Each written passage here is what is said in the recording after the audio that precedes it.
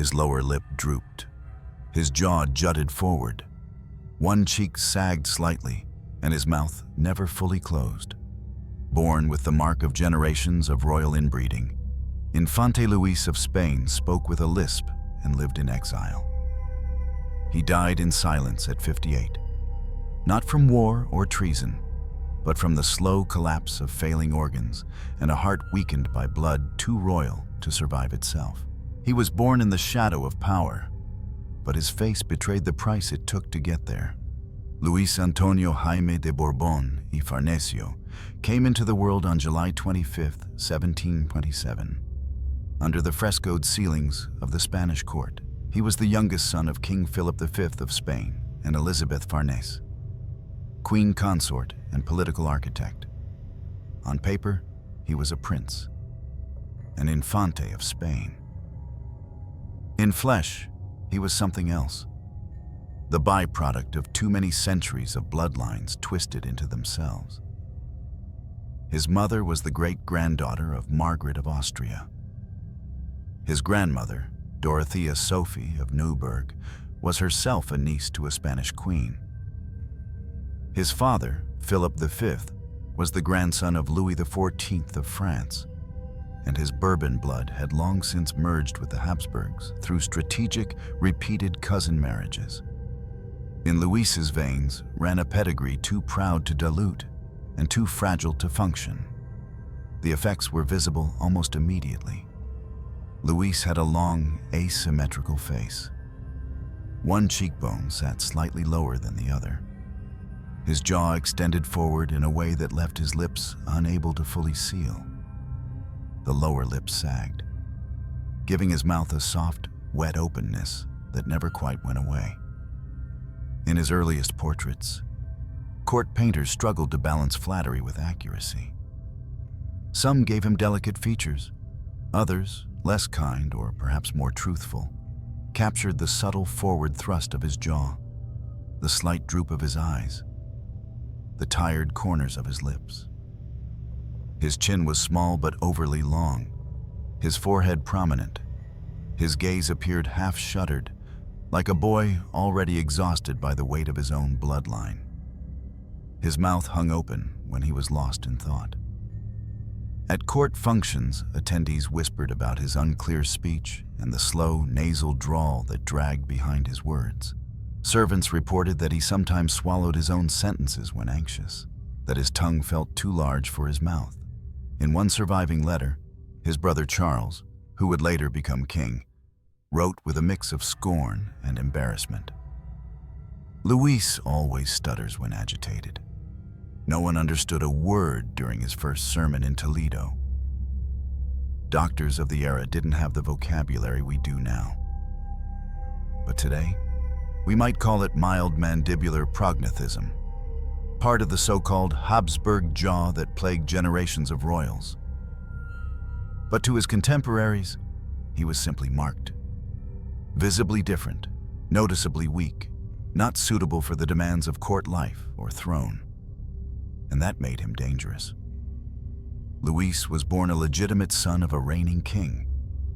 That alone made him a potential threat to succession. He had elder brothers, Ferdinand and Charles, both healthy, both groomed for leadership. But dynastic history had taught European courts to be cautious. Claimants came in all forms. Rebellions had been mounted by younger sons before. Legitimacy could be twisted. And so, to avoid even the whisper of rivalry, they placed a crimson robe over Luis's shoulders before he had a chance to speak for himself. At the age of 8, just a child, Luis was ordained Archbishop of Toledo, the most powerful clerical office in Spain. At the same time, he was made a cardinal by papal brief. The appointments were unprecedented, not for their grandeur, but for their obvious intent: to chain him to the church before he could ever look toward the crown. He would wear red, not gold. He would speak of God, not governance. He would be contained. But even this decision bore its own cruelty. Because for all the pomp surrounding his ecclesiastical titles, Luis had no aptitude for theology. He showed little interest in doctrine, no passion for scripture, and struggled during public ceremonies. In private, he feared the rituals. At one of his earliest masses, he reportedly fainted at the sight of blood during the Eucharist. His tutors found him distractible and slow to grasp abstract reasoning. His sermons were short, mumbled, and often met with confused silence. Luis was not rebellious. He was simply misplaced. He had not asked to be born under the shadow of two dynasties addicted to purity. He had not volunteered to be the placeholder prince, neither fully royal nor fully clerical. But no one asked. His course had been charted before he left the cradle. While his brothers rode on horseback through parades and war games, Luis sat in cassocks and ceremonial chairs too large for his body. While the court prepared Charles for rule with tutors in law, economics, and statecraft, Luis studied Latin prayers and ecclesiastical chants, neither of which he could recite cleanly without stumbling. While other boys grew into the weight of their titles, he grew into silence. And silence in court was a dangerous form of communication, because everyone saw it. His mother, once powerful and fiercely strategic, began to distance herself. His father, aging and erratic in his final years, paid him little mind. The courtiers stopped pretending. When he entered a room, voices lowered. When he walked, slowly, always slightly behind, no one waited. He was a prince, yes, but not a presence. Worse still, the physical signs of decline did not stop at his face. Even as a teenager, Luis was unusually thin. His frame lacked the muscularity that Spanish nobles prized. His fingers trembled when he lifted books or cutlery. He perspired excessively. Some attendants noted that his breath was short, even when seated. There are passing mentions of fainting spells, of a pallor that worsened in the winter, of nights where he coughed alone behind closed doors. The court did not call it illness. They called it delicacy. And delicacy, in men of power, was another word for unsuitability. So they wrapped him tighter in red robes. They covered his weakness with velvet and incense. They displayed him at altar steps, like a votive offering to stability. But behind the scenes, they took from him every road back to real power. In private letters, nobles referred to him as El Infante Rojo, the Red Prince. Not for his cardinalship, but for the quiet bleeding of his future. His very existence was a contradiction, royal by law, but rejected by the very ideals that had shaped the dynasty. He was the living proof that lineage could fold in on itself, that too much of the same blood would not make a stronger heir, but a quieter one, tucked away behind cathedral walls. His face bore the legacy of kings. His fate bore the punishment of their mistakes. And though his story was just beginning, the echoes of how it would end could already be read on his lips. Lips that drooped not in sadness, but in surrender. He was born with a title, but not a path. The crown was never meant for him, but neither was the cloth. Luis Antonio Jaime de Borbón, third son of King Philip V, lived in a palace but never belonged to its rituals. Even as a child, he moved through corridors not with entitlement but caution. His footfalls were silent. His eyes avoided the throne room. His future was always being decided in rooms he wasn't invited into. To be royal and unwanted is to live a contradiction. But for Luis, it was not just a contradiction. It was a sentence. From the moment his brothers began walking upright, the distinction was made clear. Ferdinand, strong, composed, attentive. Charles, clever, vigorous, destined for statesmanship. And then there was Luis, frail, soft-spoken, and visibly marked by the weight of inherited genetics. A prince, yes, but not of use. Not in the eyes of a court that prized masculinity as much as blood. He was only 8 when they took his childhood away. In 1735, the boy who still struggled to speak clearly was named Archbishop of Toledo. That title alone would have been staggering. Toledo was Spain's most powerful and symbolically significant ecclesiastical seat. But they didn't stop there. He was also made a cardinal, consecrated into the highest office of the Catholic hierarchy by papal command. He had not asked for it. He had not trained for it. He had not even grown into his own robes. The decision was not one of faith nor of recognition. It was strategy, disguised in scarlet. The court needed him out of the way, and the church, so intertwined with monarchy, was the most elegant exile available. For Luis, this elevation was not an honor. It was containment, dressed in ritual and gold. They placed the biretta on his head before he could form coherent homilies. They wrapped his fingers in episcopal rings before he knew what oaths they implied. And they built for him a future where escape meant sacrilege. The boy knew it, even then. And so, while his brothers learned the language of diplomacy and governance, Luis was forced to learn Latin incantations and memorized prayers. His tutors wrote polite assessments, but between the lines, they made it clear. The cardinal was slow. He lacked confidence. He grew anxious before public mass. He stumbled over complex readings. He fainted during a blood rite. He was not made for sermons. He was not made for governance. He was not made, perhaps, for the world they had built for him. In this, the tragedy began to sharpen its edges. Luis was royal, of the same blood, born under the same roof, nursed by the same wet nurses, guarded by the same palace walls. But each year that passed marked a deepening divide. He could not ride as his brothers did. He could not speak in court with their conviction. He did not dine with visiting dignitaries. He sat at smaller tables. He served ceremonial roles. He received respect only by title, not by merit, not by presence. He was a ghost draped in velvet. And yet, despite all this, he remained a prince. That simple fact was enough to inspire worry in Madrid. When Philip V died and Ferdinand VI took the throne, Luis maintained his religious offices. But when Ferdinand died without issue and their brother Charles returned from Naples to become Charles III of Spain, everything changed. Charles did not trust his brother, not because of action, but because of possibility. Luis, as a legitimate son of a former king, still retained theoretical claim to the Spanish throne. He had once been second in line before Charles had even ruled Naples.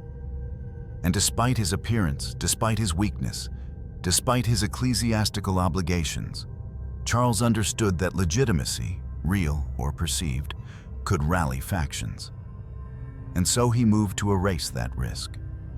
In 1754, Charles pressured Pope Benedict XIV to strip Luis of his clerical titles. No more cardinal, no more archbishop. The church obeyed. And with those robes removed, Luis found himself in a curious limbo. No longer religious, but not allowed to be political. He had been taken out of the church, but not welcomed back into the family. The official justification was decorum. The court declared that Luis had never shown adequate discipline for religious office. They claimed he had always struggled with the role, that he had expressed wishes to return to lay life, that his elevation had been a mistake of youthful exuberance. But the reality was colder. Luis had become a liability, a figure both royal and rootless, a symbol of inheritance that no one wished to claim. And so, he was quietly banned from residing in Madrid, forbidden to attend court, restricted to his estates in Arenas de San Pedro, far enough from the capital to be forgotten, but close enough to be monitored. His belongings were transported, his staff reduced, his name faded from the newspapers. In the official calendars of royal protocol, his existence was barely mentioned. A former archbishop, a non-practicing cleric, a prince without function. And yet, he was not allowed to marry. Not yet. Because to marry would be to create heirs. To create heirs would be to stir the embers of dynastic uncertainty. So he was kept in waiting. A man neither consecrated nor free. A man without a vocation, without a kingdom, without even the right to love. He took up music. He composed, alone in his estate, pieces for chamber orchestra. Some survived. They are light, melancholic, tinged with repetition and moments of dissonance. Music became his voice when speech failed him. In letters, he asked to be allowed to marry. Each time, the answer came slowly, diplomatically, and always. No. He had been unfit for the crown, unfit for the church, and now he was declared unfit for fatherhood.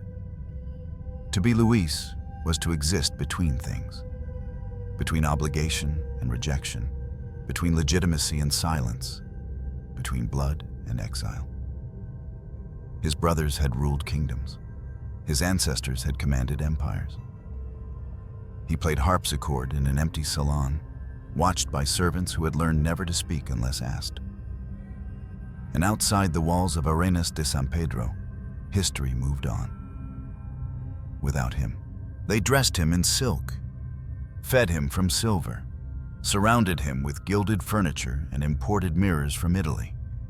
But none of it could disguise the truth. His body was breaking long before the end. Infante Luis had never known real strength.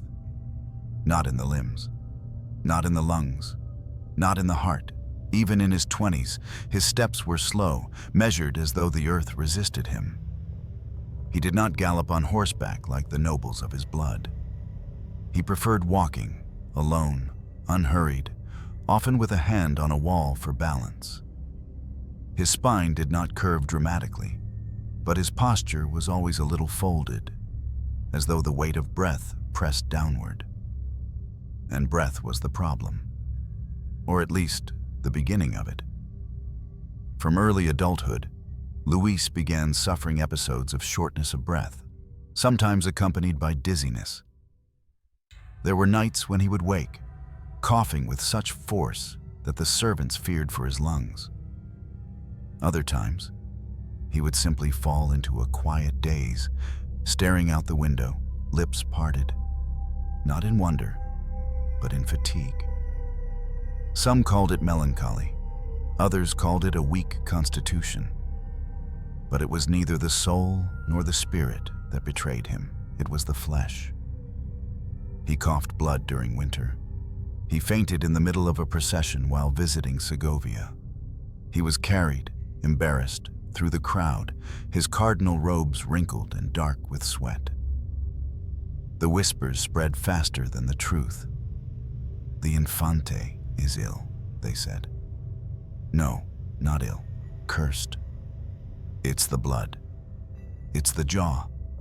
He was never supposed to speak in public. Soon he stopped trying. He withdrew from appearances, rarely traveled, declined invitations to courtly concerts and royal weddings. His name began to vanish from social calendars, his presence replaced with polite phrases like, "His Excellency sends regrets." In the halls of his private estate, Luis paced only short distances. Some letters from servants mentioned that his fingers trembled when he wrote, and that at times he dictated correspondence from a couch, covered in a heavy wool blanket, even in mild seasons. He perspired excessively during warm months, but complained of cold limbs in winter. These were not the symptoms of a single illness, but rather the slow unraveling of a body born on borrowed strength. Though never formally diagnosed, medicine at the time was a matter of observation and ritual more than science.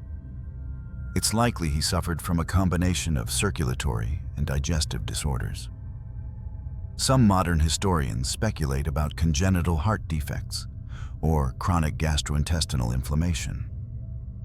Others have suggested liver weakness or mild anemia, all aggravated by the stress of isolation and the psychological toll of exile. But diagnoses do not carry emotion. What carried emotion were his actions, or his absences. He stopped playing music for guests. His chamber music compositions, once a source of personal joy, grew fewer in number. Some say he wept after being unable to complete a simple sonata. Others recall that he sat at the harpsichord for hours without lifting a hand, staring at the keys as if waiting for them to move first. By his mid-40s, he rarely left his estate in Arenas de San Pedro. The once ceremonial retreats had become permanent residents. His servants became his only audience.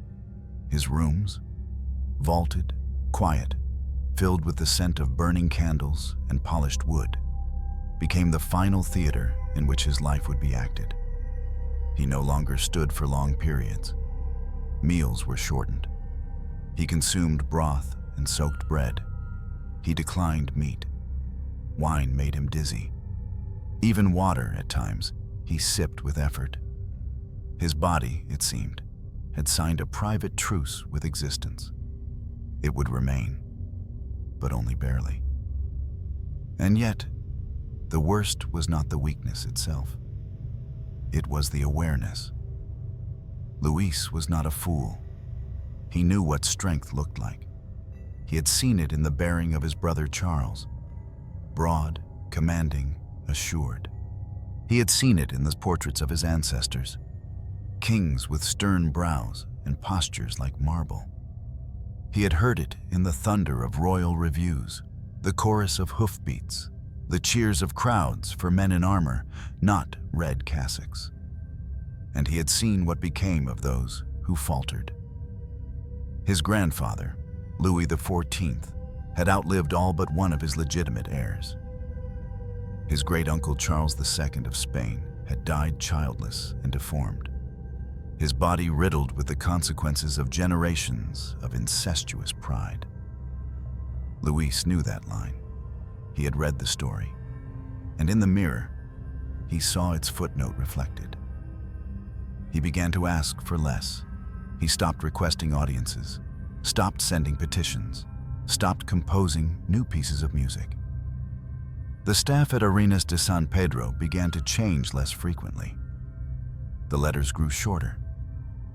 The gardens, once maintained to courtly perfection, became overgrown in parts, as if nature was reclaiming what man had tried to refine.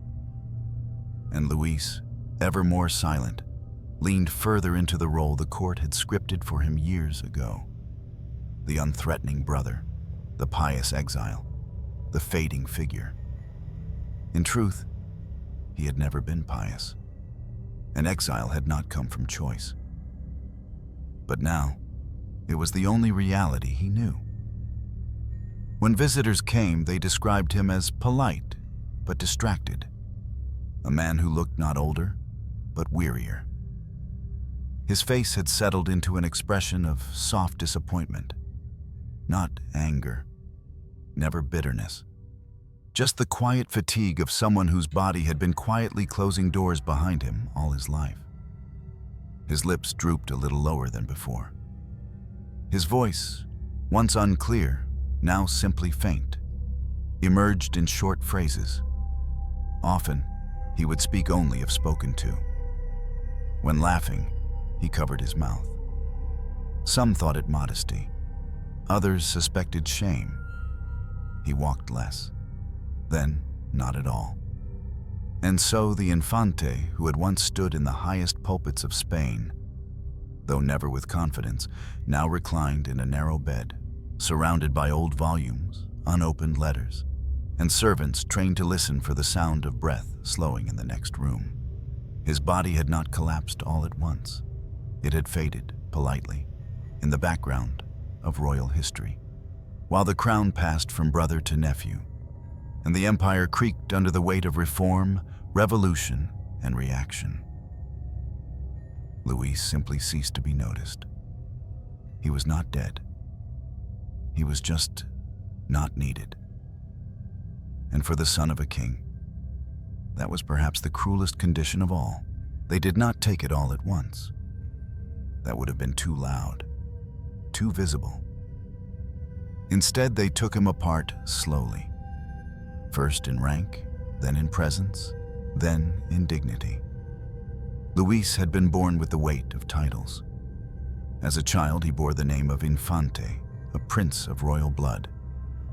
Before his teeth had fully formed, they gave him a bishop's ring.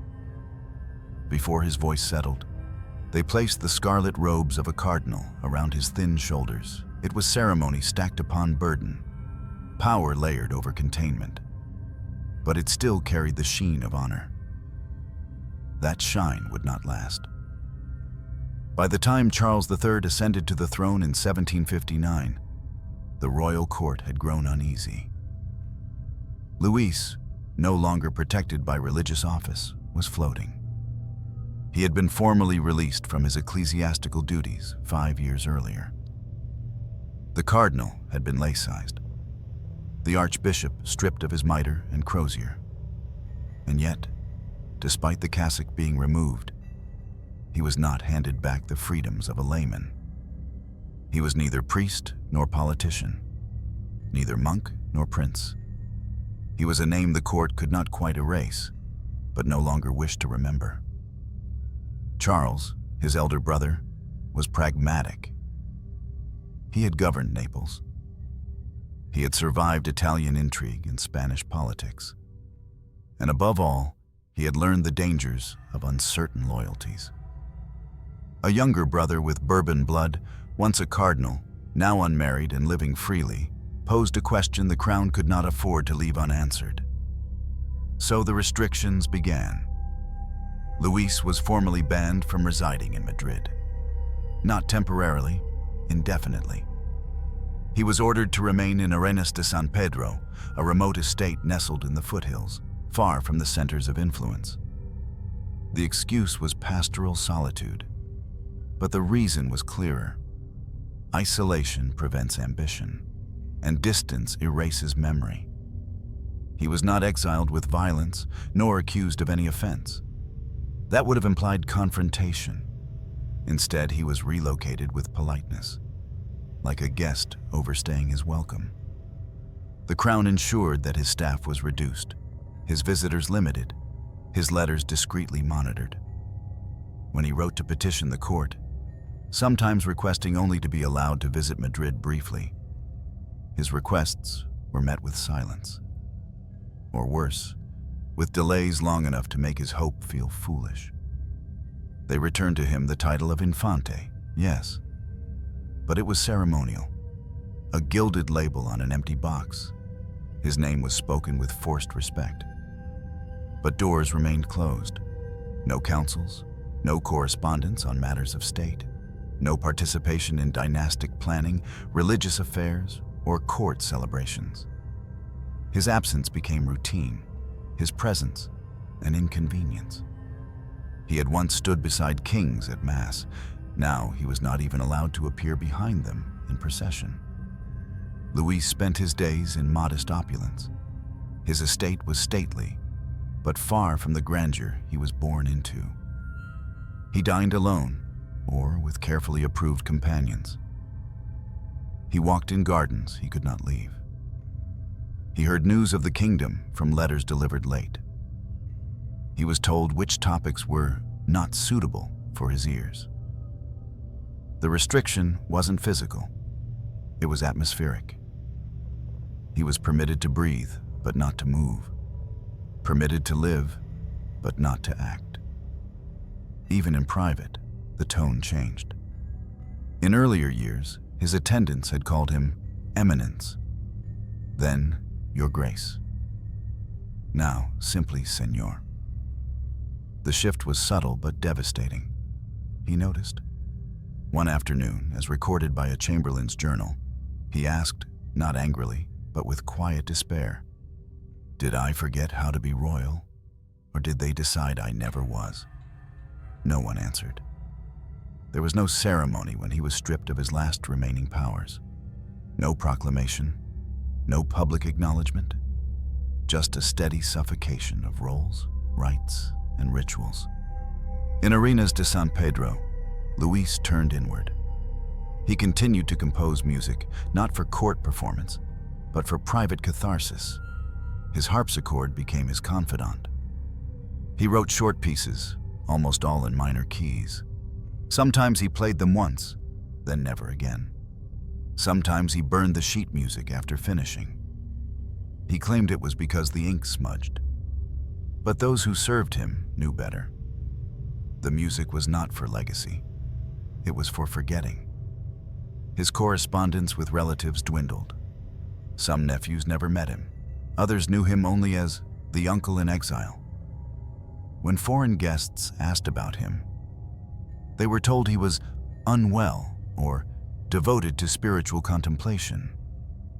No one mentioned that he was barred from visiting his family.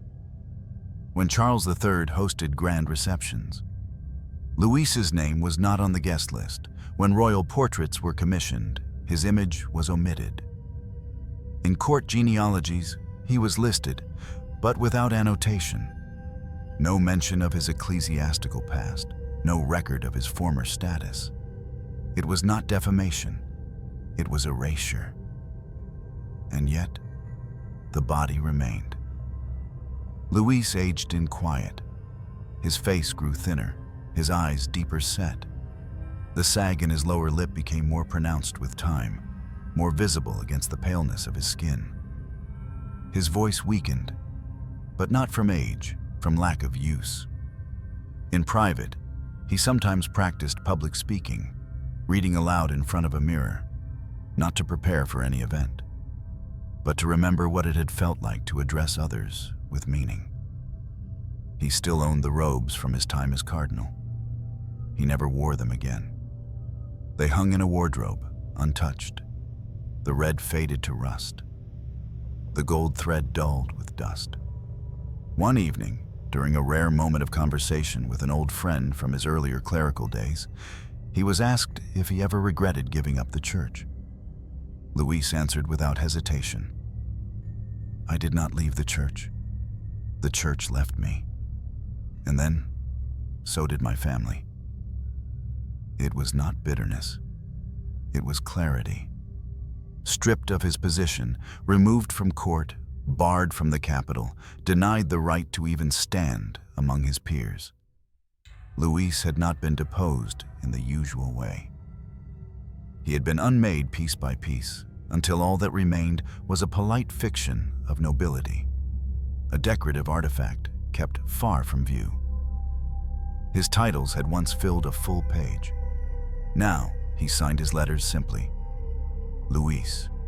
No cardinals flourish, no infantes flourish, just the name, all that they hadn't taken yet. By the time he turned 49, Luis no longer expected kindness from the crown. He had stopped asking to return to Madrid. He had ceased writing to his brother the king. He had buried his hopes under the floorboards of Arenas de San Pedro, beside forgotten musical scores and old vestments. But one desire remained, soft, persistent, and human. He wanted to marry, not for alliance, not for empire, but simply to share the long, silent evenings with someone who did not look at him with caution, pity, or fear. Someone who might take his hand, not because of duty, but because they chose to. And in Maria Teresa de Vallabriga, he found that flicker of warmth. She was no Grand Duchess, no Infanta, no daughter of kings.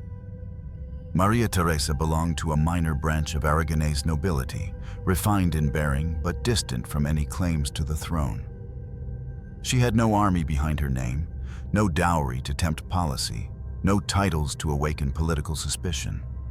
And for that reason, she was perfect. She was everything the court would hate, but nothing it could accuse. Luis met her through mutual acquaintances who still dared to visit his estate. She was intelligent, discreet, and unafraid of silence. Where others flinched at his uncertain speech or looked away from his slack jaw, Maria Teresa listened. She asked about his music. She sat beside him during his walks, even when they were slow and short. She stayed long after dinner, reading aloud from French novels, laughing at things he thought only he found funny. No one had stayed that long in years. They married in secret in 1776, far from court, far from blessing. There were no trumpets, no papal dispensations, no royal approval. Only witnesses, a modest priest, and vows spoken not with grandeur, but with something deeper: relief. Luis had waited nearly 5 decades for this permission, and even then, he had to compromise to receive it. It was a morganatic marriage. That word, so clinical, so cold, meant everything. It meant Maria Teresa would never be called princess.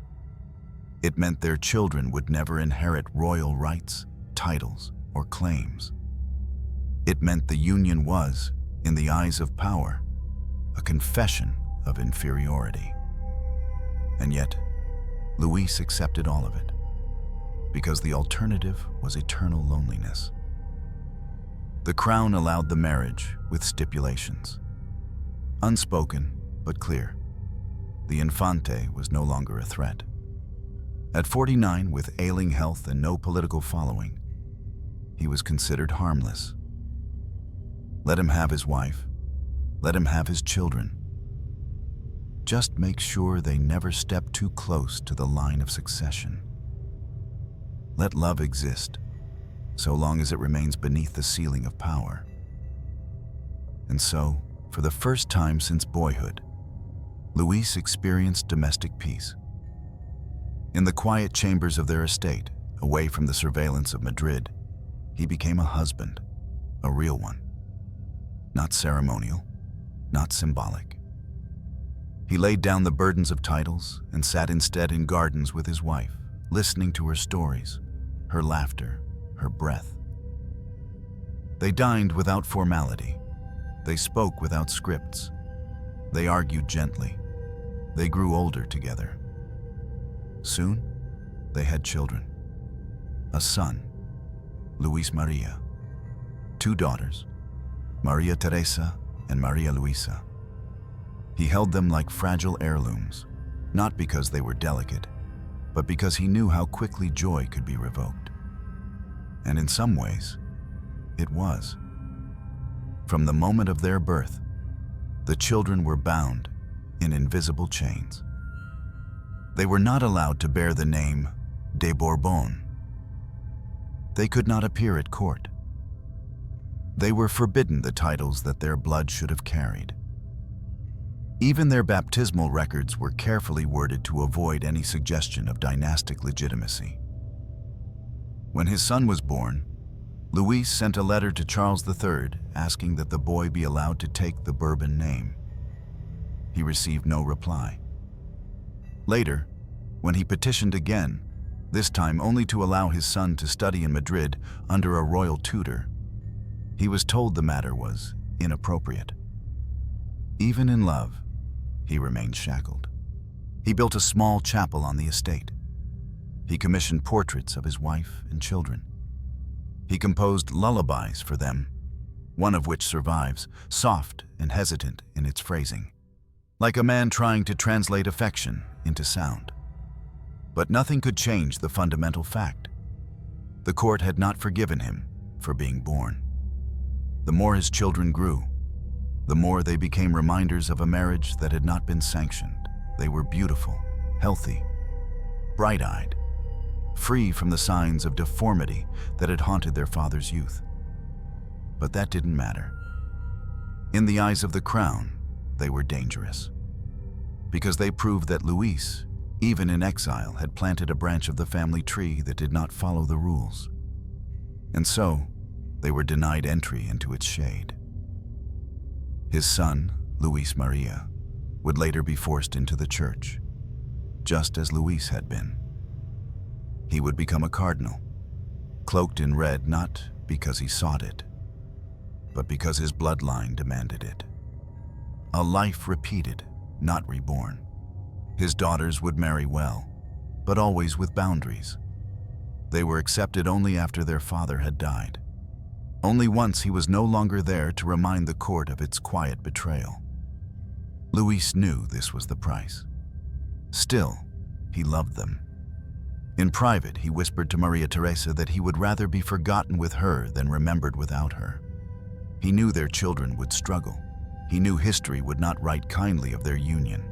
But he also knew that for the first time, he was not entirely alone.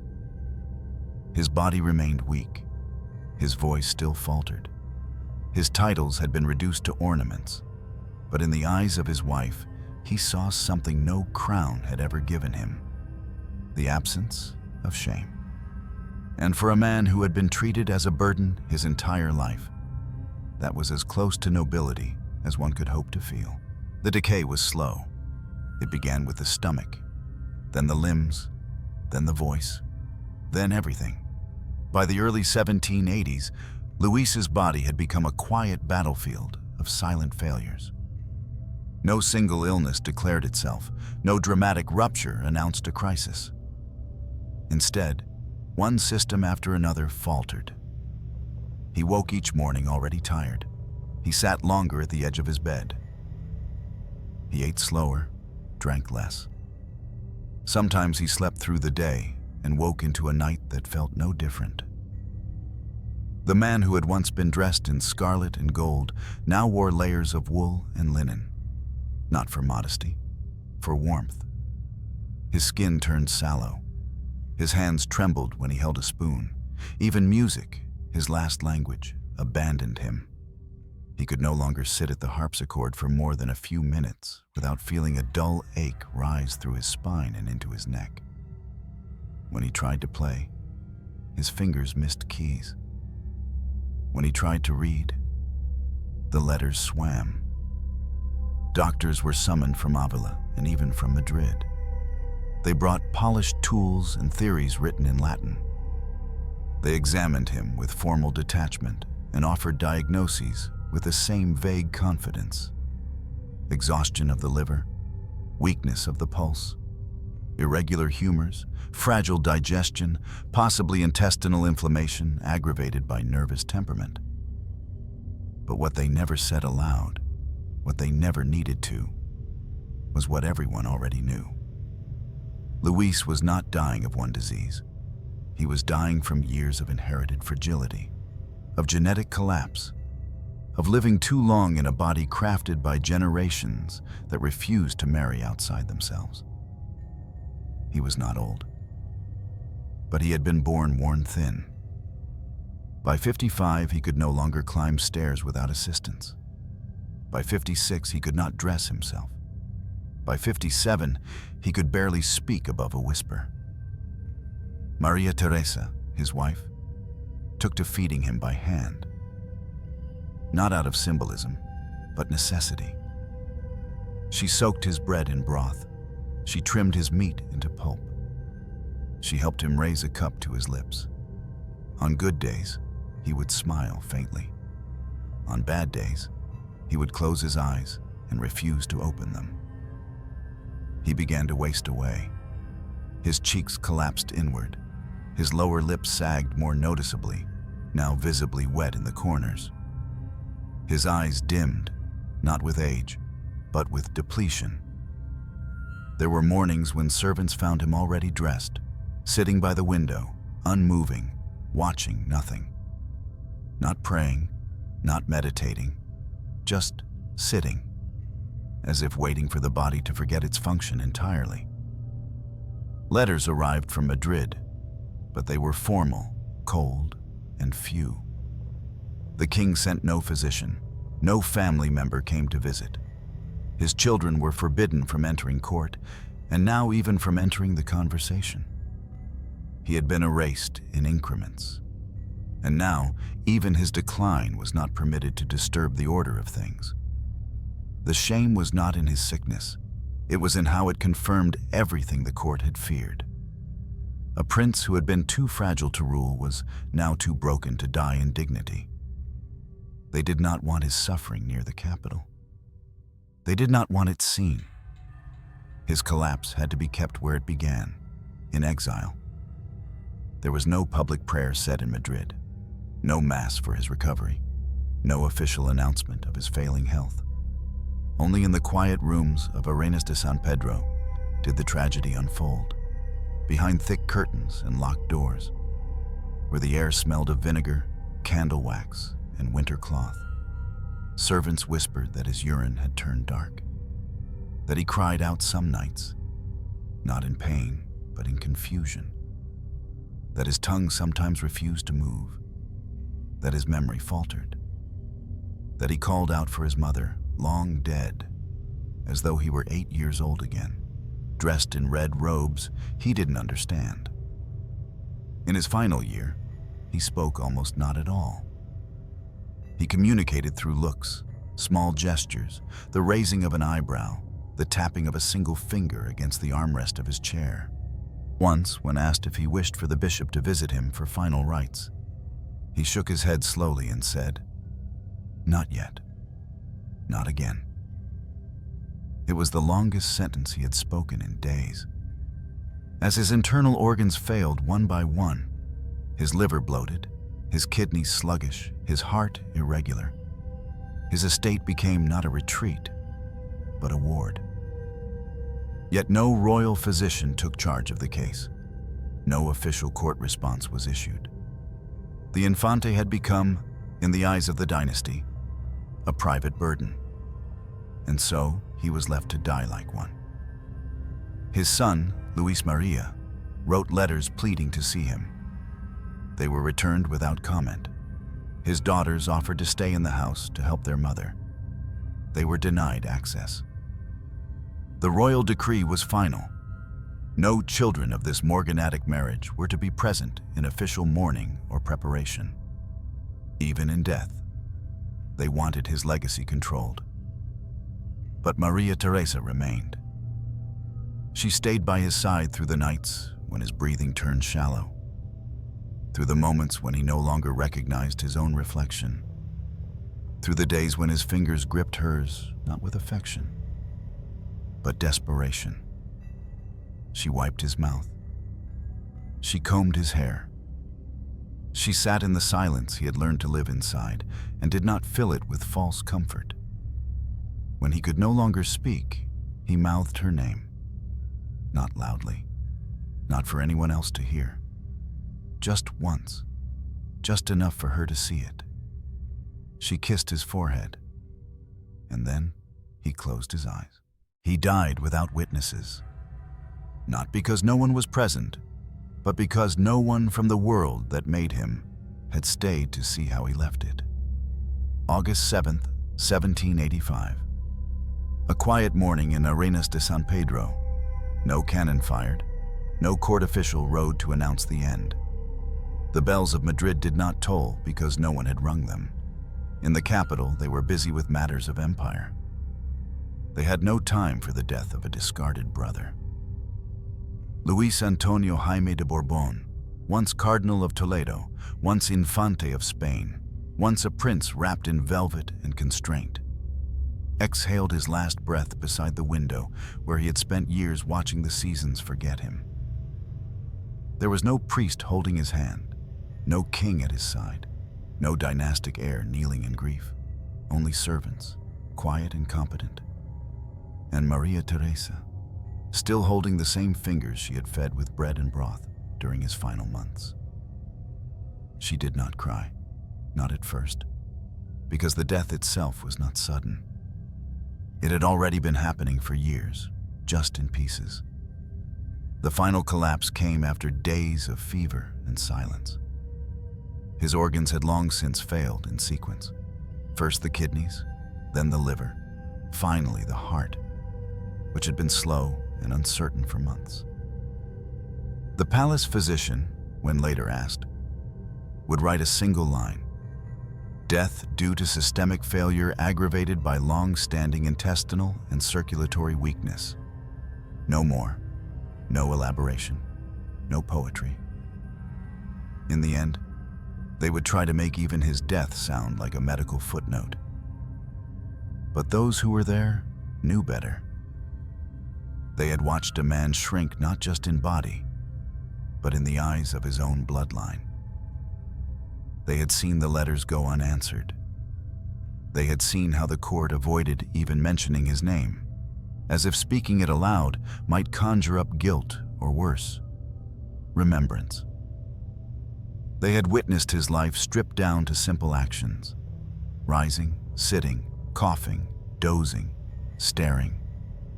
A once royal soul reduced to gestures of survival, framed within rooms lined with old music and unopened invitations. When he died, no royal mourning was declared. No courtier wore black for him. No poets were commissioned to immortalize his last words, because there were none. His children were not allowed to attend his funeral. That silence, that final institutional silence, was the most deafening part of all. Luis Maria, his son, received the news in writing, not in voice. A courier, stone-faced and brief, delivered a sealed document stating that His Highness the Infante Don Luis passed this morning, peacefully and without pain. It contained no condolences, no invitation, no address for the burial, just confirmation followed by restriction. The matter is closed. Further ceremony is not required. His daughters wept privately. But publicly, they were forbidden to wear royal mourning, forbidden to stand vigil, forbidden to speak in official capacity. The court's reasoning was consistent. As children of a morganatic union, they had no role to play in dynastic death. He was a father, but not in their records. He was a husband, but not in their ceremonies. He was a brother to the king, but not in their rituals. Even in the place chosen for his burial, the rejection remained. He was not laid to rest in El Escorial, the grand pantheon of Spanish monarchs and their closest kin. He was not buried beside his parents, Philip V and Elizabeth Farnese, or near his royal brothers. No marble slab among kings, no golden canopy, no cathedral procession. Instead, his body was quietly interred near the grounds of his estate in Arenas de San Pedro, far from the echo of royal footsteps, far from court bells, far from any place where Spain might remember who he had once been meant to be. The funeral was modest. A local priest officiated. A few townspeople, unaware of the full extent of who he was, attended out of respect. There was no choir, no royal guards, no grand sarcophagus. Just a wooden casket, some candles, and the rustling of late summer wind through the cypress trees. His name was spoken only once during the service.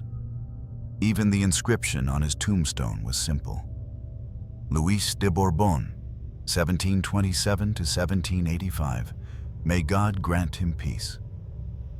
Not Infante, not Cardinal, not son of kings, just Luis. It was both fitting and cruel. He had spent a lifetime stripped of purpose, but never of identity. And in death, they had taken that too. Maria Teresa remained by the grave longer than anyone else. She stood there, alone, even after the priest had walked away, even after the townsfolk had offered their bows and blessings. She said nothing, touched the stone once, then turned back toward the estate.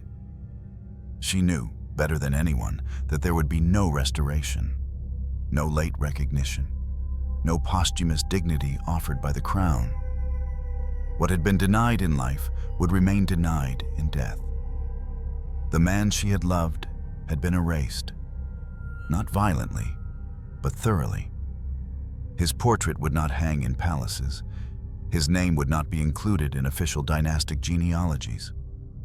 His children would fight for decades to reclaim fragments of legitimacy. And even when some titles were granted back, the shame of the marriage, the memory of the exile, the weight of the silence, they would never fully lift. Luis was gone, and to the royal court of Spain, that was a relief. But to the wind that passed through the gardens of Arenas de San Pedro, to the dust that gathered on his sheet music, to the books still open on his desk, and to the woman who had chosen him when no one else did, he remained. Not as a prince, not as a cardinal, but as a man. They bore his blood, but not his name. They carried the legacy of 2 dynasties, yet were treated as if they had come from no one. Born to a man who had been royal by accident and exiled by design, the children of Infante Luis and Maria Teresa de Vallabriga entered the world with nothing that the court would recognize. Not title, not heritage, not voice. From the beginning, they were marked, not by deformity or scandal, but by silence. Luis Maria, the eldest, came into the world with the same eyes as his father, soft, observant, a little sad. But unlike his father, his mouth was straight, his speech was clear, his frame healthy. He was bright, articulate, and musical. A child the court might have celebrated, if only he had been born to someone else. Then came Maria Teresa, refined in demeanor, quick in wit, more her mother's grace than her father's solemnity. And finally, Maria Luisa, the youngest, gentle in manner, and fiercely loyal to the family name, even when the law told her she had none. All 3 were raised in the house of Arenas de San Pedro, not in wealth, but in quiet dignity. Their father taught them music when he still had the strength. Their mother taught them decorum, restraint, and how to bow to a world that refused to look back. They were baptized, educated, dressed in formal wear that mimicked the court but never matched it. They grew up hearing 2 stories, the one their father played on the harpsichord, full of longing, harmony, and restraint, and the one the monarchy wrote about them, where they did not exist at all. They were forbidden the surname de Bourbon. At first the edict was firm. They would be known as de Vallabriga, no exceptions.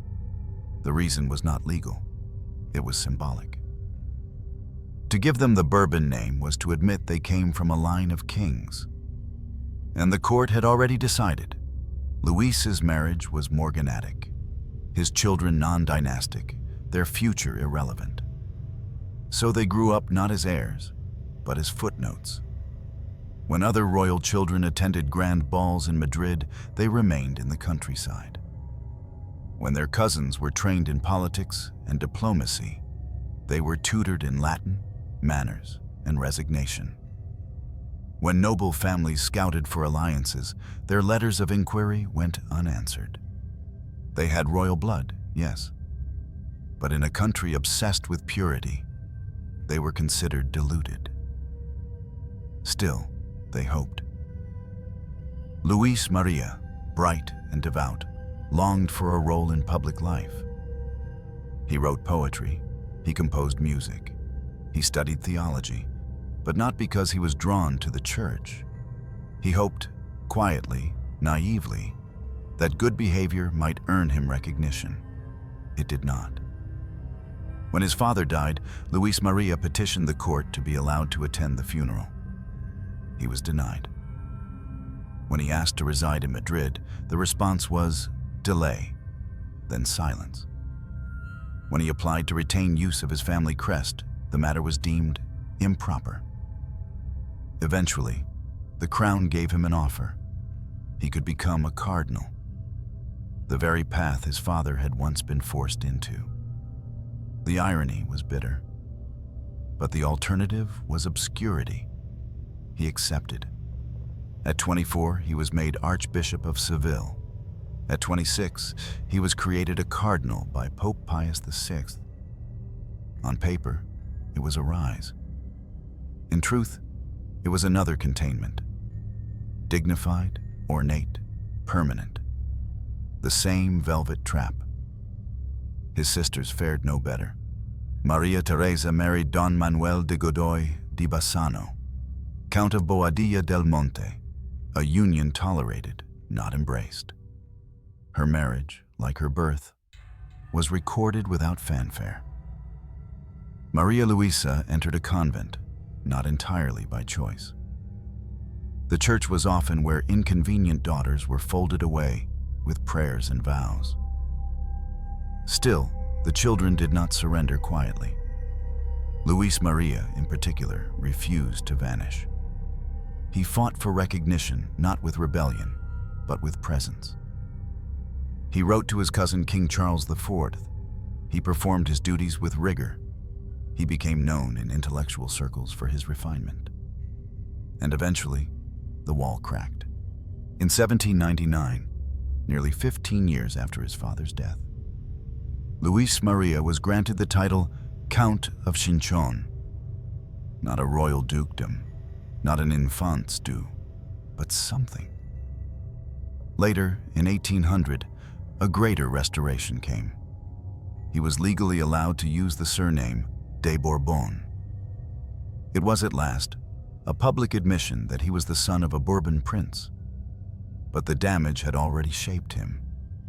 He remained unmarried, childless, celibate by office. And though he held courtly positions, he was never welcomed into the heart of power. He stood beside the crown, but never behind it. The daughters, too, saw partial restorations. They were eventually permitted to enter select royal functions. Their children, if they had them, could reclaim a version of nobility. But the stain of origin remained, faint but indelible. Because Spain remembered, not the facts, not the circumstances, but the fear. Fear that a child born from love, not law, might remind the world how the throne once rejected one of its own. The Bourbon dynasty had always insisted that power flowed from God through blood into crown. But Luis's children, silent, sidelined, surviving, were living proof that sometimes blood leads nowhere. And that truth was dangerous. So they were kept close, but never too close. Visible, but never central. Elevated, but never equal. A family portrait was commissioned years after their father's death, showing Luis Maria seated with his sisters, robes of office carefully arranged, expressions composed. But something is missing from that painting. There is no father. No sign of the man who bore the shame so they could bear the name. No trace of the years spent behind closed doors, asking for the right to be acknowledged, the right to belong, the right to grieve. The children of Luis were not erased by accident. They were erased by design. Because to accept them fully would be to admit that the crown, once, had cast out a man not for what he had done, but for what he had been born as. And history does not always like to remember its cruelties, especially when they have faces. His portrait remains. It hangs quietly in a side room of a provincial gallery. Few notice it. Fewer remember who he was. And yet, when you stop and look, truly look, it holds your gaze, not because of grandeur, but because of something more difficult to name. The man in the painting is seated, dressed in fine but muted clothing. Not the robes of a prince, not the scarlet of a cardinal, just dark cloth slightly worn at the cuffs, as if meant to blend in rather than stand out. His eyes are deep set, soft but unreadable.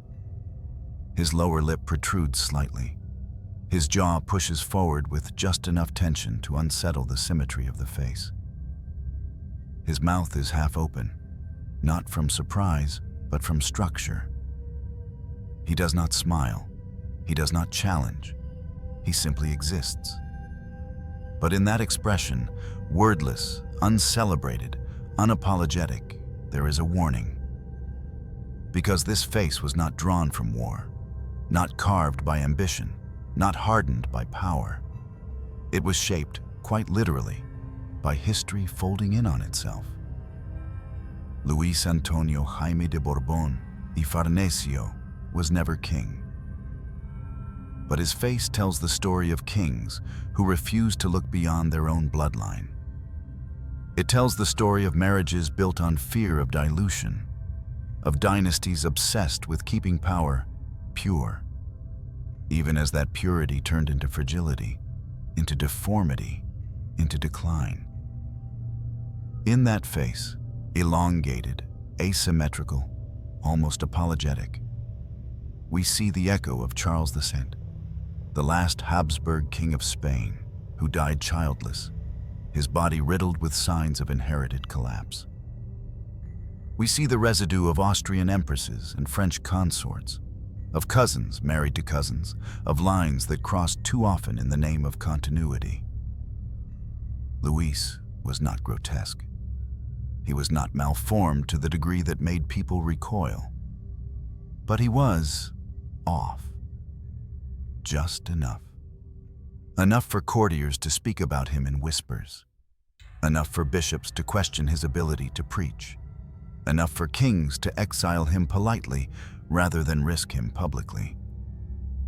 His jaw became the quiet symbol of a dynasty's mistake, a living emblem of what happens when legacy is valued more than life. And yet, it wasn't just the shape of his bones that damned him. It was the shape of his fate. He had done nothing wrong. He had not plotted, not rebelled, not embarrassed the crown with scandal. He had followed every redirection they gave him, into the church, into retirement, into marriage only when allowed. And still, it wasn't enough. Because even perfect obedience cannot undo what blood makes visible. To the court, his appearance was a reminder of their own fragility, of their choices, of the narrowness of their inheritance. So they sent him away, not in punishment, but in fear. And that fear became tradition. His children would be born with clear features, with sharp minds and steady voices. But none of that mattered, because the memory of their father's mouth, slightly parted, trembling, unable to form certain words, was more powerful than any merit they could ever earn. His portrait was never included in the royal halls of El Pardo or La Granja. No grand inscription etched his story in marble. No lineage tree ever gave him more than a name and a date. But perhaps that is fitting, because Luis was never meant to be remembered the way kings are. He was meant to be remembered the way warnings are, not loud, but lasting. He represents what happens when royal power turns inward for too long, when lineage becomes obsession, when ceremony replaces care. He was not just the byproduct of inbreeding. He was the final ripple of a dynasty that had stared into its own reflection too many times and believed it saw strength. What they saw was repetition, and repetition in blood is not power. It is collapse in slow motion. Luis did not rage against his fate. He did not try to reclaim what was denied. He did not gather allies or stir public sympathy. His protest was quieter. It was in choosing love over legacy. It was in raising children who would outlive the shame. It was in surviving long enough for his body to become its own record of consequence. When visitors came to his estate and met him in person, many remarked that he was kind, that he listened, that he did not speak much, but when he did, he chose his words carefully, that he smiled only with his eyes, that there was something terribly sad in the way he stood, with shoulders slightly forward, not from age, but as if trying to take up less space than his title allowed. He had once been third in line to the throne of Spain. He died a footnote. But footnotes hold truths that main texts cannot bear to say. The face in the painting, now cracked with age, tells us everything we need to know. That greatness cannot be preserved through control alone. that power must evolve or it will eat itself from within, and that sometimes the most powerful lessons in history are not written in war or law, but in a man's posture, in the muscles of his jaw, in the slight tilt of a gaze that once looked to the crown and found no reflection. Luis was not a villain. He was not a saint. He was a mirror. And those who feared him feared what they saw in it. Not rebellion, but resemblance. Luis was not broken by fate. He was broken by design. His tragedy was not in a single decision or one moment of betrayal. It was structural, layered, slow. He did not fall. He was folded away, first into robes, then into silence, then into absence. He was born into a house that valued blood above all. And in the end, it was blood that betrayed him. Not his own actions, but the actions of those who arranged his life before he could speak. They wanted loyalty, but not closeness. They wanted submission, but not presence. They feared what he represented, not ambition, but weakness. And weakness in royal lineage was unforgivable. Because weakness reminds a dynasty that it, too, is made of flesh. Luis came from a line obsessed with preserving itself. But in trying to avoid the chaos of uncertain heirs, the Spanish Bourbons and Habsburgs created something worse. Children who were born already carrying the symptoms of inherited ruin. Not just physical, but symbolic. And Luis became the embodiment of that ruin. A man made to be invisible. A prince whose body disqualified him. A brother whose obedience only amplified his exile. And yet, he lived with grace. Even when denied his place at court, he never raged. Even when his marriage was declared unequal, he remained devoted. Even when his children were erased from the genealogies, he fought with quiet dignity, not public rebellion. There is something deeply human in that, because his life was not just about the tragedy of being excluded. It was about the tragedy of being unnecessary, of being a reminder no one wanted to keep.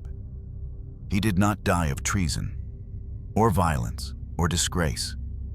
He died from the collapse of a body built by centuries of decisions made by men who never met him. A slow implosion of organs, wrapped in the stillness of exile. And that's what makes his story different from the usual tales of fallen kings and failed princes. Luis was not defeated by politics. He was defeated by inheritance. And in many ways, that is the quieter, more frightening ending. Because it means he was never given the chance to try, never judged by action, only by blood. We often talk about royal power as if it is destiny, as if thrones are earned by birth and fate, and the gods of history choose the strong. But Luis reminds us that sometimes thrones are protected by eliminating the inconvenient, that dynasties survive not by lifting the worthy, but by silencing those who do not fit the image they wish to project. He was made invisible by those who feared what his face revealed, that the bloodline was not divine, that it was fallible, that it had limits. And when blood turns against itself, there is no one to blame. No battlefield, no scandal, only a body lying still, somewhere far from the palace, and a name slowly erased from memory. My reflection is this: Luis never wanted a throne. He wanted a life. He wanted to love without permission, raise his children without apology, and age with some measure of dignity. But he was born into a family where even that was too much. And what remains is not a cautionary tale about ambition, not a warning about treason, but a quiet, unsettling question about the very nature of inheritance. What do we inherit that we never asked for? What systems continue because we are too afraid to question the blood that built them? And how many lives, like Luis's, are written out of history not because they failed, but because they embarrassed the myth? In the end, he was not a prince who lost his place. He was a child who never stood a chance. And if there is one thing history should remember, not for judgment, but for truth, it is this: some dynasties collapse not in war, but in the silence of a room where no one speaks your name.